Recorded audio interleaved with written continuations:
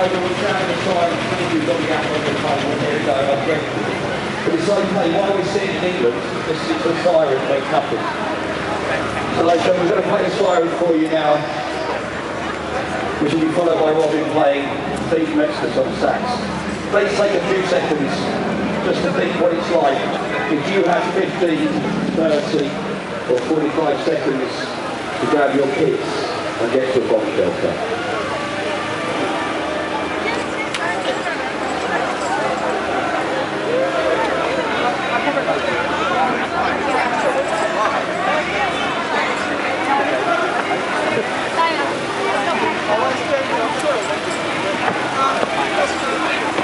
Sciatica.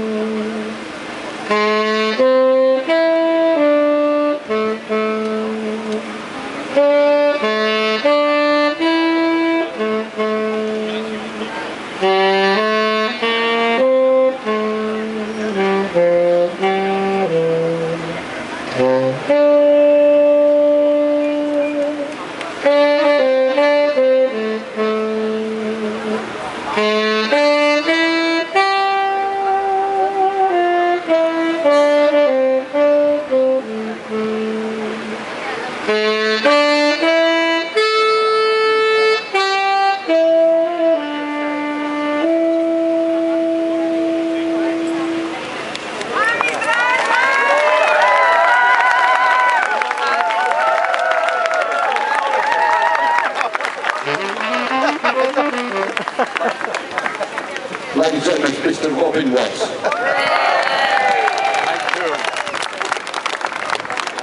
Friends, our last speaker today has spent most of his life fighting terrorism and insurgency, commanding British troops on the front line of some of the world's toughest hotspots, including Afghanistan, Iraq, the Balkans and Northern Ireland. He worked for the Joint Intelligence Organisation in the Cabinet Office between 2002 and 2006, where he was responsible for international and domestic terrorism, for security and politics in the Middle East, and for the coordination of national intelligence.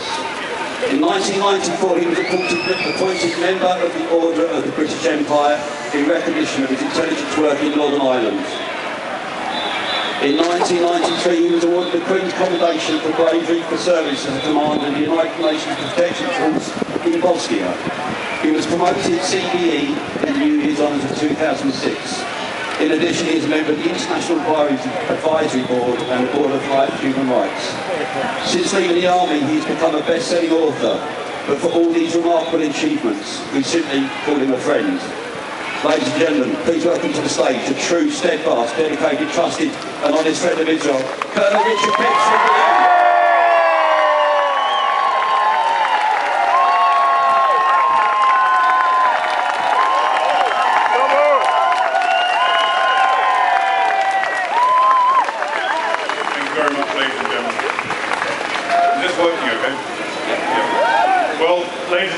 It's a real honour and a privilege to be here in Brighton today.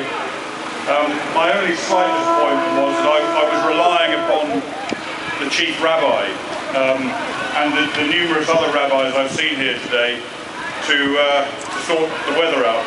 But clearly they failed. If I'd realised that, I'd have gone over their heads to the Archbishop of Westminster and asked for his intervention. I shouldn't really say that in a predominantly Jewish audience, I know, I do apologise. Ladies and gentlemen, it is a huge honour to be in Brighton, and it's also a very, very apt place in which to hold this event. I know that many people weren't aware there was any large conurbation south of London,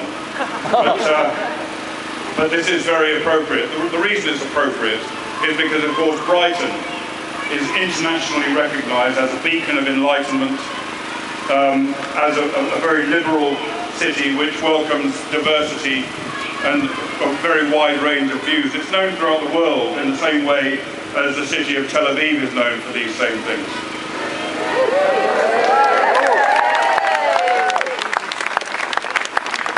Ladies and gentlemen, Brighton also, there is another reason why Brighton is extremely suitable for this venue, and that is that Brighton itself, of course, has suffered a very, very serious IRA terrorist bomb attack a number of years ago, aimed at the destruction of our own government during the Conservative Party conference.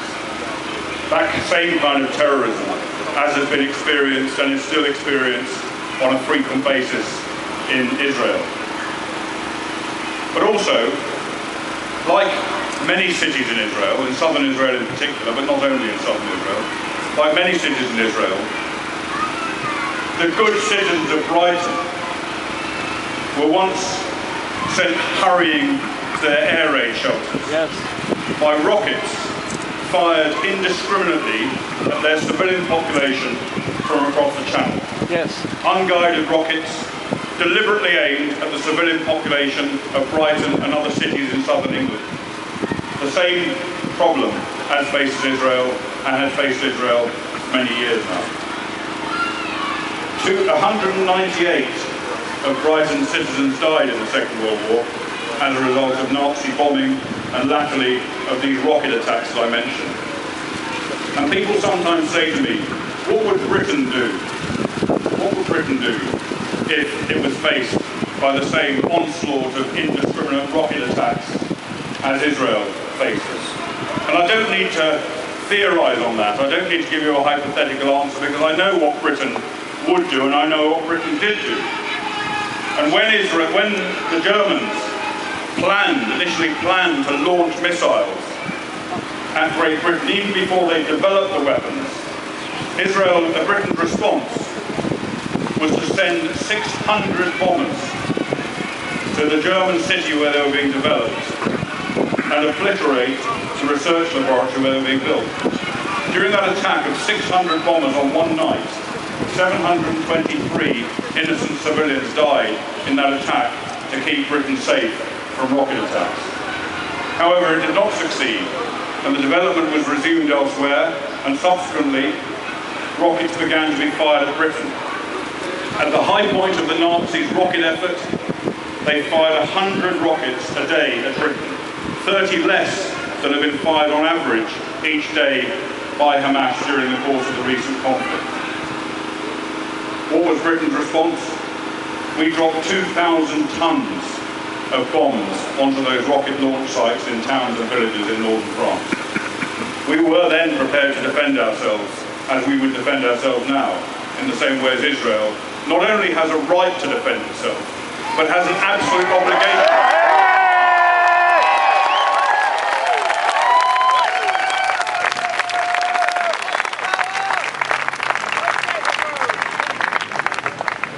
Ladies and gentlemen, who do these people, who on earth do these people think that they're dealing with when they deal with us?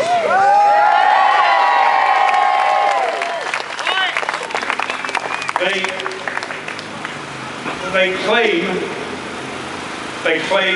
that they want peace and freedom for Gaza. But who do they think they're talking to? Do they think we are feeble-minded? Do they think we have no memories? Do they think we know nothing about history? Do they think we lack moral courage? We can observe a pattern of activity from 1948 onwards. When the day that the Israeli state was born, it was attacked by 5 Arab armies and has been relentlessly attacked by massed Arab armies since then. Only when the Arabs realised they could not destroy the state of Israel through mass military assaults did they revert to other means, through terrorism, through subversion, through widespread campaigns of delegitimization, of boycotting, of sanctions, through hate campaigns intended to turn Jew against Jew and the ultimate prize for them to turn Jews against the state of Israel. That's what they wanted, that's what they've been trying to achieve. Nothing to do with freedom, with liberty for Gaza. That's not their objective. If that was their objective, if the objective of those people who support Hamas, who organise rallies, who organise campaigns, if their objective was to save the lives of Arabs, then why would they not organise widespread campaigns and marches against deaths of Arab citizens in Syria, in Iraq? Why not?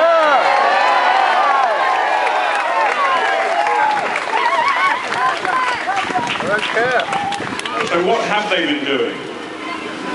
What's been going on in Gaza and Israel in the last few weeks? I've been there for 4 weeks. I've watched closely what's been happening. Hamas have used the 2 weapons that they have at their disposal. They only have 2 weapons. Those 2 weapons are not rockets, they're not attack tunnels. They have used attack tunnels. They burrowed attack tunnels underneath Israel's border in order to abduct, massacre, drug and kidnap large numbers of Israeli citizens from southern Israel.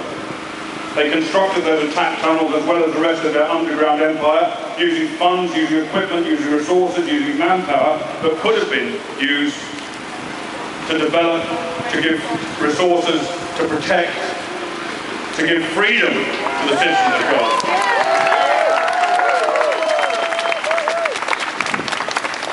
They've also been firing rockets. As I said, 130 rockets a day. But those rockets mostly have been knocked out of the sky by that marvellous British invention, Iron Dome.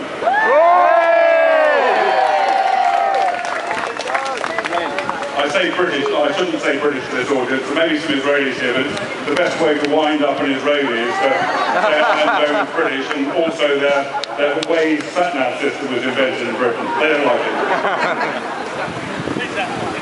But, ladies and gentlemen, those are not their weapons. Their weapons are, they could not hope to defeat the might of the state of Israel with its allies around the world using rockets and attack tunnels. They did not intend to defeat the state of Israel. They know they couldn't. So what were their weapons? Their weapons were 2. Human shields. Human shields. Their own old men, women, babies and children to be sacrificed for their own purposes. Human shields and lies and propaganda. Those two weapons combined are what they use in order to try to exert international pressure on Israel to get concessions for them as part of their ongoing campaign to ultimately exterminate the state of Israel and to annihilate Jews everywhere in the world as called for by their charter. Nothing to do with freedom and liberty and prosperity for Gaza. Their agenda is an agenda of genocide. That's all it is. That's right, sir. So what has been going on? What's been happening in Gaza? War crimes, ladies and gentlemen. War crimes have been committed. Those war crimes have been committed by Hamas, by the Islamic Jihad.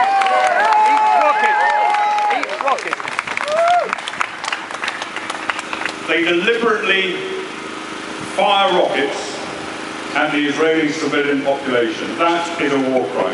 They use their own civilian population to protect those rockets. That is a war crime. And it is not just protection of rockets. Their intention is not to protect the rockets with those human shields. Their intention is to lure and force Israel to kill those people. That's what they want. That's unfortunately what they have to a large extent achieved. They are indeed the murderers, ladies and gentlemen. They are indeed. They have used protected sites such as mosques, hospitals, schools, ambulances to store weapons, to command their forces to fire and attack Israel from. All of those are war crimes. They've used child soldiers, very young children, to attack IDF troops, including in suicide bomb attacks. That is also a war crime. There is no depth to which Hamas will not stoop. And if you consider just for one moment, just consider the opposite situation, where you take Hamas's principal tactic of human shields, and you get Israel to use that tactic. Would that work for Israel? Israel is determined not to kill any innocent men, women and children. Hamas is desperate to kill as many innocent men, women and children as they can. And so that thought of reversing those roles of human shields tells you, I think, pretty much all you need to know about that conflict and who is right and who is wrong.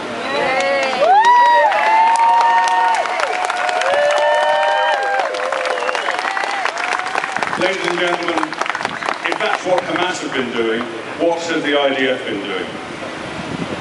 The IDF take amazing efforts to gain intelligence to identify the targets they need to strike in Gaza. They use a variety of different intelligence sources, very costly sometimes in the lives of their intelligence agents. And only when they know precisely where a target is will they designate it for attack, and when they confirm that it's a legitimate target. And the next thing they do, when they've identified a target, is they confirm through a variety of surveillance means whether or not there are civilians in that target zone. If there are, they will send warnings to them using emails, text messages, dropping leaflets, broadcasting radio signals, and ultimately, if that doesn't work, they will drop harmless explosive munitions onto the top of a building, warning the people to go. Meanwhile, Hamas are there preventing those people from leaving. The IDF will not attack a building if there are innocent civilians in that building. They will not attack that building.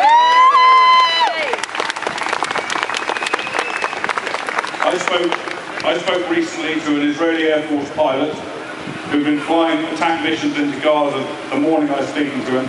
He told me he'd flown 17 sorties into Gaza against a single target and had aborted his mission every single time, each 17 times, because there were civilians in the target area. And finally he had to cancel the mission. I said to that soldier, that pilot, who might easily have been a Royal Air Force pilot, I said to that pilot, "Did you not find that frustrating?" And his answer to me was humbling. He said, "No, it wasn't at all frustrating. The best thing about the Israeli Air Force is that they will not allow a pilot to attack a target when there are civilians there." He said, how could I live with myself if I killed innocent civilians?"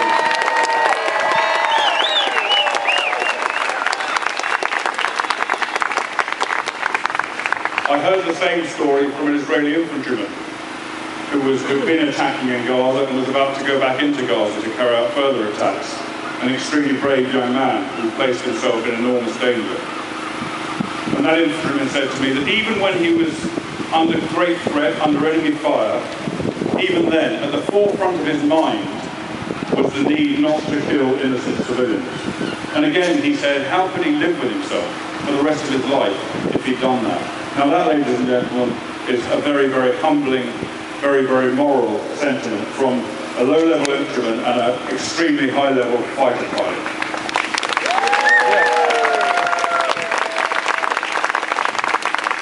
So why, if that's the case, why have so many people died? Estimates are that around 2,000 people have died in Gaza during this conflict. We need to pause for a second and reflect on those deaths.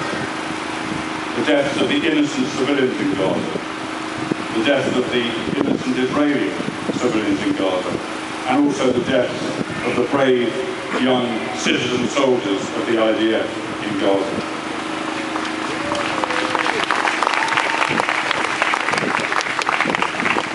Of course, all of these deaths are deeply disturbing and upsetting. For me as a soldier, I think particularly of the Israeli soldiers who have died. Because there is nothing greater, there is no greater contribution that any person can make to the defence or can make to his country than to give his whole life to his country. Everything he ever had, everything he ever wished for, everything he ever hoped for.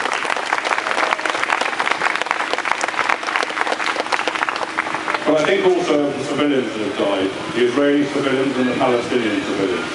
If I thought for one moment that the Palestinian civilians had been killed deliberately by the IDF as a result of deliberate targeting, I would be the first to condemn the IDF, to attack the IDF, and to demand an explanation from the IDF. I know, ladies and gentlemen, that is not what has been happening.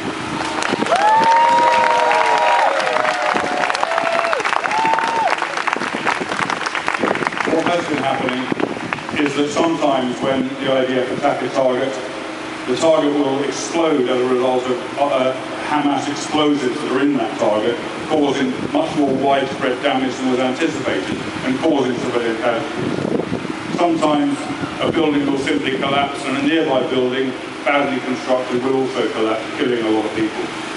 Sometimes missiles go wrong, either by human error or technical error. We've seen examples of poor targeting with those 4 boys that were killed on a beach. That was definitely not deliberate targeting as so many people, so many Hamas supporters and so many people in the media would like us to believe. That was an error. It was an error that will be accounted for by Israel, I have no doubt. And also, once Israel believes they've cleared people out of the buildings, Hamas will force them back in, and they will then be attacked by the IDF, unbeknown to them that there are civilians in it. Some of those civilians also, some of the civilians killed in Gaza have been killed by the Hamas.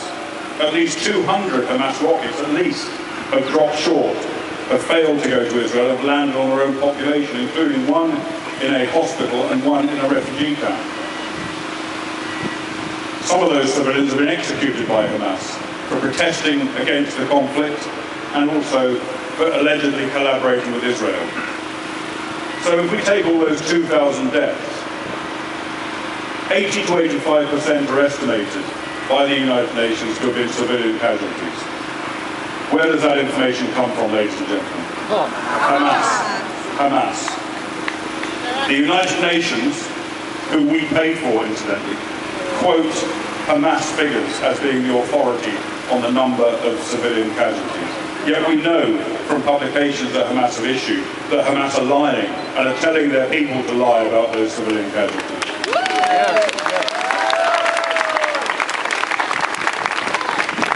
A closer estimate from authoritative independent sources who analyse every death, the identity of every death, scour social media and identify people's record in conjunction with terrorist organisations, gives a figure of closer to 50-50. One civilian killed for every militant killed, every fighter killed. Now that's awful, but I can assure you, ladies and gentlemen, it's not as bad as the average in this form of conflict since the Second World War, which is about 3 civilians for every fighter killed. And rather than, although we must hate the idea of these civilians dying, of course we must, particularly those of us who have seen what shrapnel does to young children in the flesh. But we must at the same time, I believe, commend Israel for its amazing restraint and accuracy and technical prowess in only killing one civilian for one fighter killed in a conflict in such a densely packed area where their enemy are trying their best to lure and force the IDF to kill their civilians.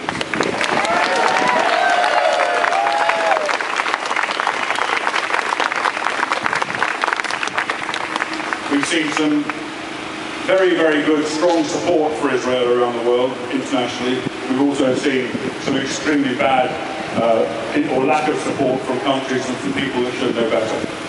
Those people who condemn Israel, like Ban Ki-moon, like some members of the American administration, like some politicians in the United Kingdom.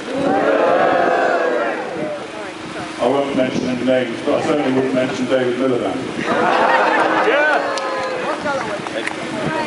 I don't know Galloway. Thank you. But those people are playing into Hamas's hands. They're validating Hamas's policy of human shield. By their actions, by telling Israel to stop defending itself, by accusing Israel of atrocities that it has not committed. By those actions, they're validating the use of human shields. They're encouraging Hamas to continue using human shields because their strategy seemed to work. Not only that, they're encouraging other extremists around the world to use human shields. So by their ill-informed criticism, by their ill-informed comments, or malicious in some cases, they are going to cause the death of more and more innocent civilians, ladies and gentlemen.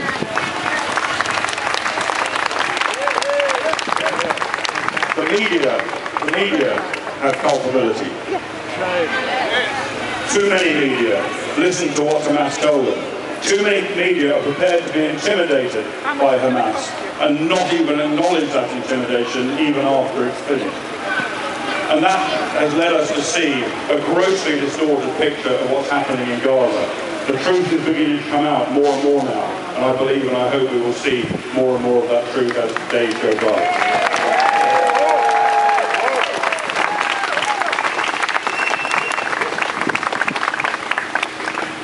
Ladies and gentlemen, I want to just address very briefly one other area that is equally troubling for me, and I know is even more troubling or just as troubling for all of you. And that is the scourge of anti-Semitism. It's on the rise. On the rise in Europe and on the rise in England. Yes! That anti-Semitism is part of the overall campaign against Israel. It's part of the design. Its intention, using, I don't like to look in any particular direction, but using useful idiots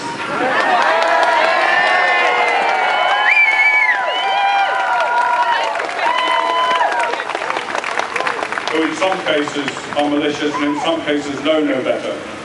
Using those people, they seek to turn Jew against Jew and to turn Jews against Israel. It is their greatest prize, in the same way